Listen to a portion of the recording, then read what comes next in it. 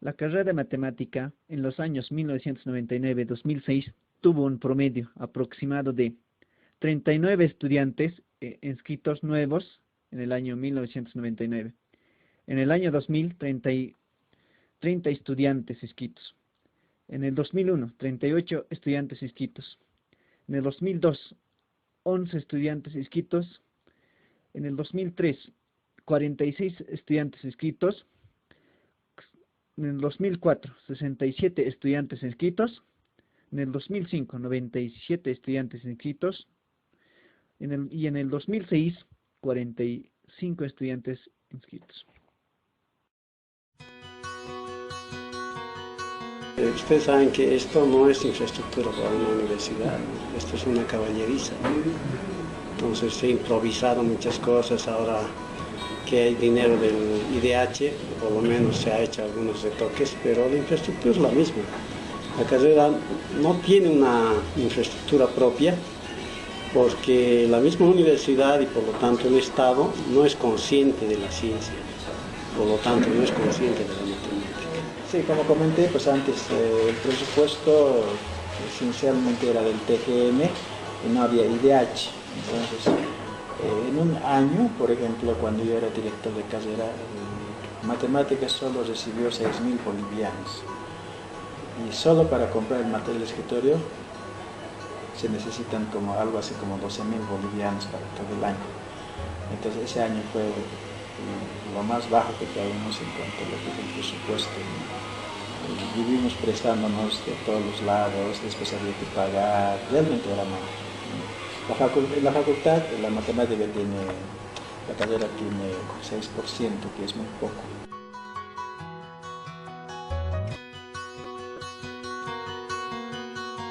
Era un poco distinta la infraestructura, pasábamos abajo, pero subiendo las gradas y no había muchas computadoras, no había en realidad computadoras, íbamos a pasar a un internet, alquilábamos y pasábamos ahí las clases. Eso sí, unos 2 o 3 años, ¿no? Pasábamos clases normales, pero arriba, donde está ahorita la dirección, era más o menos, era como una sala, entonces ahí pasábamos. Después, no me acuerdo en qué fecha, se ha habilitado el laboratorio, que era el de abajo, que está con doña Mónica, ¿no? Han comprado más computadoras, ahí se ha sido interesante porque han comprado las computadoras y hemos podido ya, los alumnos ya han podido, solamente que era muy chiquito, ¿no? Los alumnos ya han podido trabajar con sus propias computadoras, con las computadoras de la carrera. Después, ahorita estamos en este laboratorio que realmente está muy bien porque tenemos conexión a internet y todo lo demás. Abajo también había conexión a internet, aunque no era muy buena. Las semanas aniversarios antes estaban consideradas tal cual semana, que era de lunes a miércoles, jueves tienen las actividades académicas y fin de semana, jueves y viernes era la cuestión de deportes y cerraba con la fiesta. Pero la característica fundamental era la parte académica, donde todos los seminarios de investigación y algunos de proyectos de interacción social mostraban los resultados del año anterior de todo el proyecto de investigación que han desarrollado. Pero lamentablemente se vio que había poca participación de estudiantes y que se reducía en algunos casos a los estudiantes de primer semestre. Por lo tanto, eso ha hecho que cada año que pase la semana aniversaria ya no sea semana, sino días de aniversario. Las semanas aniversarios eran un poco más académicas, ¿no? Antes, durante toda la semana se realizaban charlas, conferencias, ¿no? Tanto de estudiantes como docentes.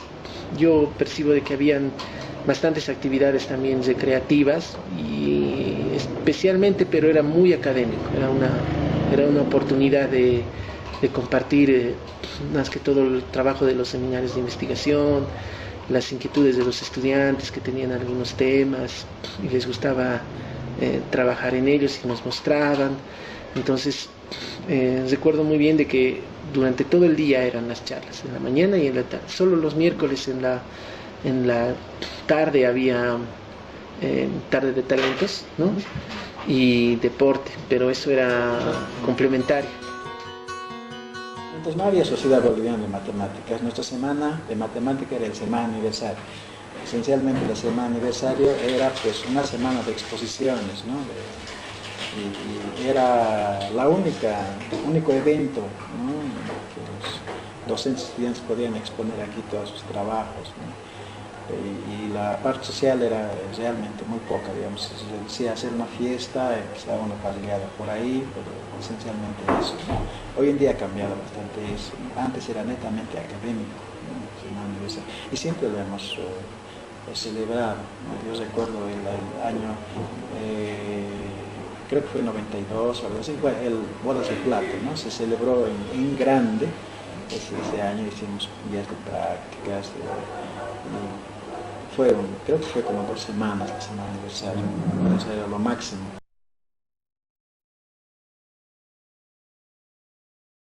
Entonces, este proyecto tomó cuerpo con la llegada del profesor boliviano Rubén López Montoya. Él fue estudiante de acá en primer semestre y luego fue a estudiar a la Universidad de Lomonosov en Rusia. Él estudió en Rusia su licenciatura y una especie de una maestría. Él llegó y conjuntamente con Efraín y por sugerencia del doctor Víctor Ayala es que se puso aquí el seminario de teoría de control. Y en ese entonces estaban desarrollando, recuerdo muy bien, Rubén López fue quien desarrolló la primera parte de esto de teoría de control, con el principio de Kalman y el principio de Contragin, pero la parte introductoria en términos de definición y de conceptos. En el 99 yo regresé de hacer mi maestría, ¿no? Y estaba entrando como contratado. Entonces presentamos un proyecto relacionado con lo que yo hice mi tesis en la maestría, que era hacer teoría de control. Y la idea básica de hacer ese proyecto era hacer conocer, digamos, de qué se trataba en la carrera, porque no había un proyecto de ese tipo, ¿no? Y lo que hicimos básicamente fue hacer un desarrollo teórico, ¿no? Comenzar desde sus cimientos, ¿no? Y la idea básica era llegar a hacer teoría de control geométrico, es decir, con geometría diferencial, que en posteriores años ya hemos ido implementando en el seminario. Hasta ahora nosotros estamos dentro del proyecto de control, ¿no? O sea, ¿qué significa el control geométrico o el proyecto de dinámicas de control se llama? En realidad este es un área de la matemática que estudia la modelación de ciertos fenómenos que evolucionan en el tiempo, ¿no? Por ejemplo, la caída libre de un cuerpo que cae de acuerdo a la atracción de la gravedad, ¿no es cierto? Y nosotros sabemos que la atracción de la gravedad es una constante estándar. Pero, ¿qué tal si nosotros quisiéramos que ese objeto ahora no caiga así, sino caiga en el tiempo que tú quieras? Entonces, si tú pones ahí un factor que se llama control, alteras la naturaleza, ¿te das cuenta? O controlas ciertos fenómenos como las tormentas, etc. Si cierta tormenta llegó con tal fuerza, ¿cómo tú puedes hacer que disminuya eso? ¿No? Entonces, modelar matemáticamente ese tipo de fenómenos físicos ha dado lugar a la teoría de control matemático. De hecho, nosotros abordamos cosas concretas, pero ya con un carácter de investigación. Y es más, dentro del proyecto tenemos papers que ya van, digamos, con conocimientos originales. Entonces, no solamente hacemos un seguimiento bibliográfico, sino hemos dado un paso importante en realizar investigaciones juntas. Los seminarios de investigación, pues uno les ponía un nombre, digamos, ¿no? Entonces nosotros, el principio era teoría de control, dejamos de hacer teoría de control geométrico y pues tratamos de hacer un proyecto que englobe, digamos, a diversas áreas de la matemática, y le llamamos Poincaré. Y básicamente era desarrollar un desarrollo biográfico de diversos temas en diferentes áreas, porque Miguel hacía un estudio de operadores, más de teoría espectral. Por entonces Willy estaba en un problema de optimización geométrico y yo que me dedicaba siempre a la geometría diferencial, tratando de ver la teoría de control geométrico, ¿no? Entonces por eso llevó ese nombre. ¿ya? Y el 2004 yo dejé la carrera para ir a hacer mi doctorado, ¿no? En el 2004 ya dejé esa coordinación a cargo de Miguel. Miguel seguramente continuó con la labor del proyecto con Care. Ese es el nombre, solamente fue un nombre y esa fue la finalidad con la cual se manejó, ¿no?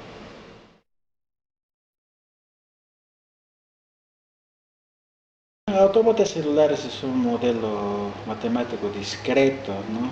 Entonces, eso fue a raíz de una participación que hice en un congreso en ecuaciones diferenciales en Perú, y ahí donde conocí estos modelos por un profesor que estaba presentando ahí, y me interesó, propuse a la carrera que podíamos desarrollar esos modelos, que es como parecido a lo que serían los fractales, no exactamente eso, pero algunos modelos de esos autómatas resultan fractales. Y pues a partir de ahí pues nació aquí otros colegas que se interesaron también en hacer no solamente autómatas celulares, pero unas varias como grafos. Autómatas celulares son modelos discretos que evolucionan en el tiempo, digamos, ¿no? En un índice, que es lo que sucede bajo las condiciones iniciales, ¿no? Se puede modelar, por ejemplo, crecimiento poblacional o de las bacterias, cosas así. Entonces, como quien diríamos, como la versión discreta de las ecuaciones diferenciales, ¿no? Pero claro, que encontrar el modelo ese es propio, digamos, del modelista, ¿no? Que encuentra el modelo. Ahora, la parte de resolución es enteramente matemático, ¿no? A veces hay que utilizar programación, entonces, son cosas que me gustan a mí, o sea, que computadora y programación son mi gusto, así que por eso he incursionado a eso.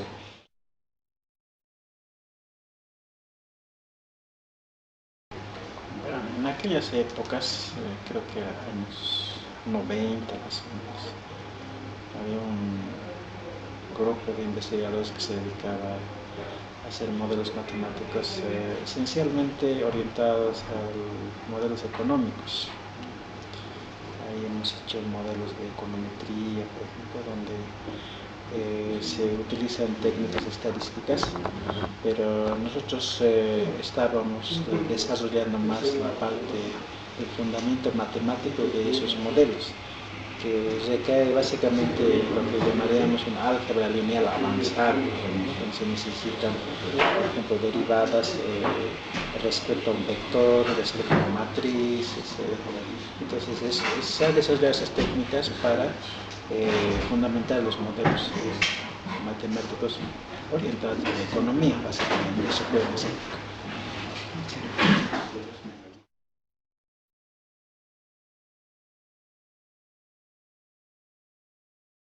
En esos años todavía la carrera estaba terminando de estructurarse, digamos, ¿no? Como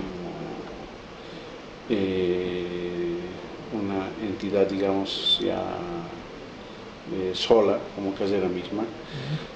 Por entonces se tenía 3 directores, aparte del jefe, pues era jefe de carrera, tenemos el director, digamos, de investigación, el director de interacción social y el director académico. O sea, 3 plazas que uno debería de cubrir. Y sus tareas básicas era pues coordinar con los proyectos de investigación, con los proyectos de interacción social y bueno, la dirección académica que se encargaba de la distribución de carga horaria, de ambientes y todo aquello. Y a mí me tocó estar en la dirección ayudando, digamos, al director por entonces Miguel Yuca, en la dirección de interacción social, ¿no? Asistí a varias reuniones que estaban convocadas por la vicedecanatura. Trabajamos coordinando con los diferentes proyectos. Aquí por entonces no había proyectos institucionales como los hay ahora, sino eran proyectos más individuales, de divulgación, diseño curricular, elaboración de textos, de ese tipo de trabajos, ¿no? Y lo que me tocaba era coordinar aquello, pedir informes, presentar informes a la carrera, presentar informes a la decanatura, ¿no? En eso consistió básicamente mi trabajo.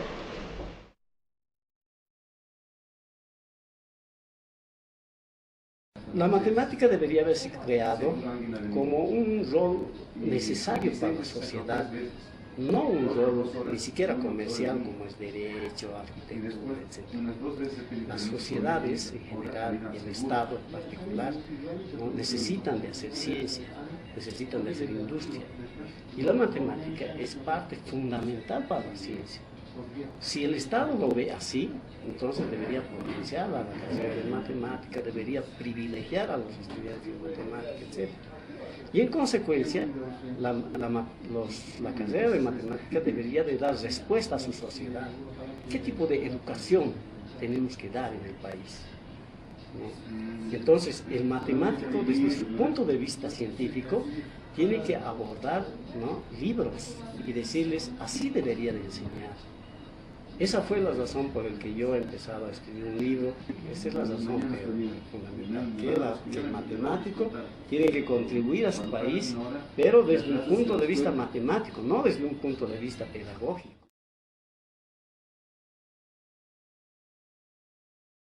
Era una preocupación de la carrera que debíamos tener un medio de información, digamos, ¿no?, hacia su público, estudiantes, docentes y público en general, ¿no? Y en la época, pues, solo las páginas web podían hacer los especialistas, que eran los informáticos o algunos informáticos que se habían dedicado a hacer esto, ¿no? La carrera no tenía recursos, realmente el presupuesto en los años anteriores, cuando no había IDH, realmente era bien malo, ¿no? Realmente no había dinero más que para comprar materiales de escritorio, entonces menos podíamos pagar un profesional para hacer las páginas web. Y yo, pues, interesado en asuntos de aplicación de la matemática, pues la construcción de páginas web tiene que ver con programación. Programación se utiliza bastante la lógica matemática. Entonces yo empecé a aprender, digamos, ¿no?, de cierto modo, algunos lenguajes de programación que se utilizan para construir páginas web dinámicas, ¿no? En principio he empezado con páginas estáticas, he aprendido programación adecuadas para las páginas web y luego he desarrollado esas páginas, ¿no?, que hoy en día creo que es un medio de información donde pueden encontrar plan de estudios, pueden encontrar programas de materias. Y bueno, así como inició esa historia de las páginas web. Y actualmente ya he adquirido un poquito más de profesionalismo y cuando ya esté disponible el servidor, ya ustedes ya van a ver otro tipo de página, ya con un diseño profesional, ¿no?, hecho por mí. No soy informático, pero gracias a la matemática he podido desarrollar esas páginas.